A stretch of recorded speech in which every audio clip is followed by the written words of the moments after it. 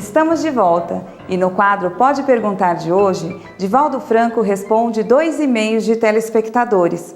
O Sebastião Felipe da Costa gostaria que você falasse sobre apometria. Nós podemos utilizar técnicas apométricas? Ao utilizarmos, não estaríamos ferindo a ética espírita? Não estaríamos ferindo a ética espírita, porque todo processo que objetiva o bem é digno. No entanto, nós preferimos, pessoalmente, as técnicas tradicionais elaboradas por Allan Kardec, como sendo as mais eficientes. Embora respeitemos muitas outras, ainda optamos pela fidelidade à codificação.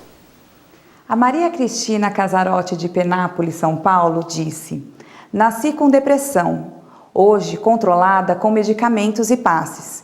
Estudo na casa espírita, possuo mediunidade ostensiva e percebo com muita facilidade os ambientes. Tive uma obsessão terrível e hoje me encontro mais tranquila. Porém, trabalho em um lugar muito difícil, na penitenciária, e lá tem espíritos de toda a ordem. Preciso de muita ajuda, pois vivo perturbada. Faço terapia com psicólogo espírita. Preciso de ajuda para não fraquejar. Você já tem todos os mecanismos. O ideal seria que, oportunamente, você encontrasse um trabalho no lugar menos agressivo e menos predisponentes a tantos conflitos. Trata-se, portanto, de um resgate sublime que você vem conseguindo com muito êxito. Você diz que nasceu com depressão. Ninguém nasce com depressão.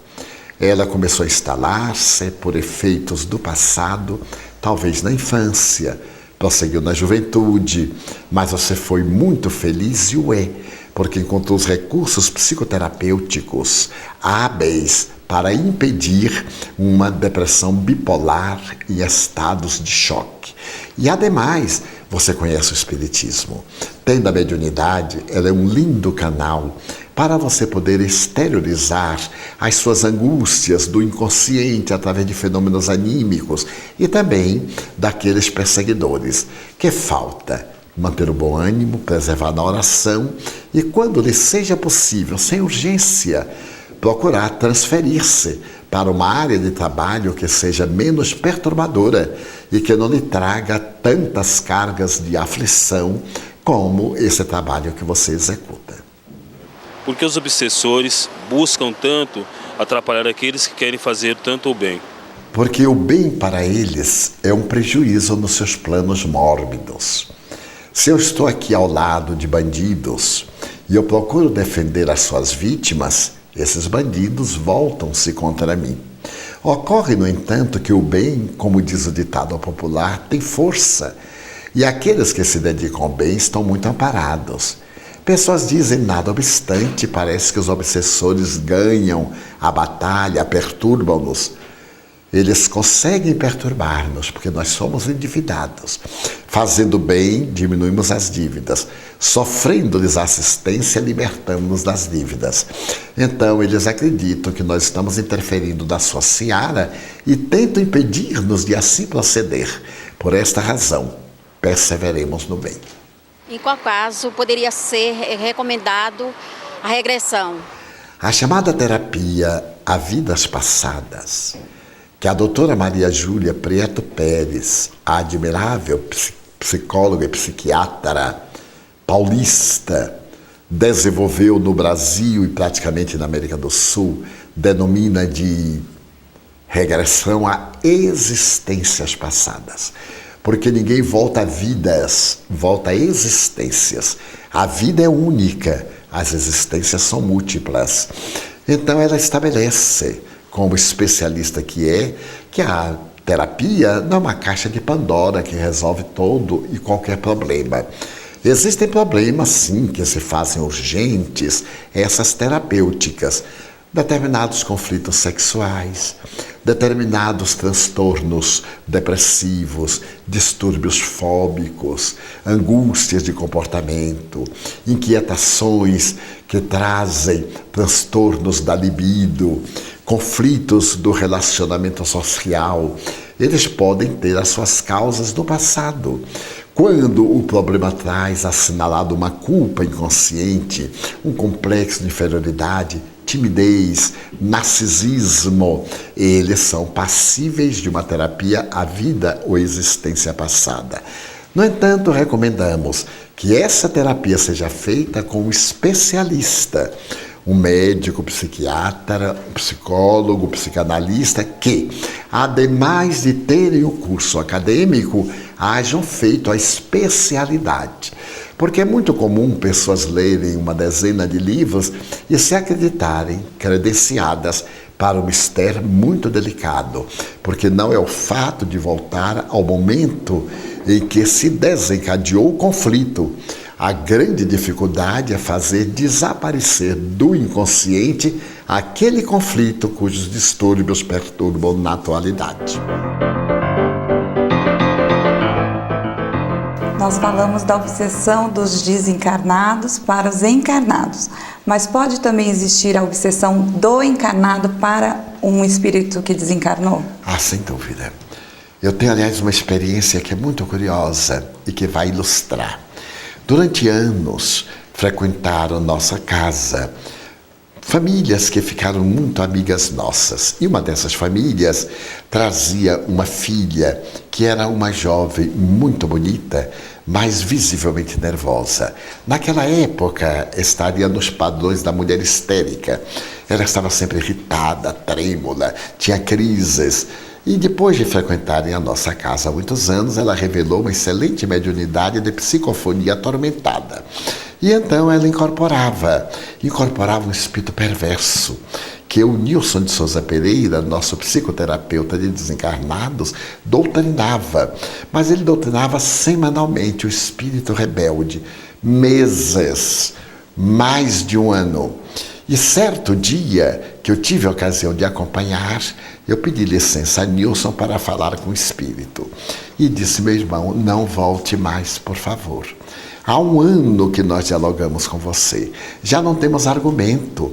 Nós conseguimos apresentar-lhe tudo. Então, a partir de hoje, eu o entrego a Maria Santíssima, para que ela interfira junto a Jesus, a fim de que você deixe em paz esta pobre moça.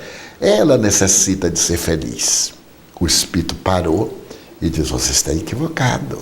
Você peça a Maria Santíssima, disse-me ele, para pedir a Jesus para ela deixar-me em paz.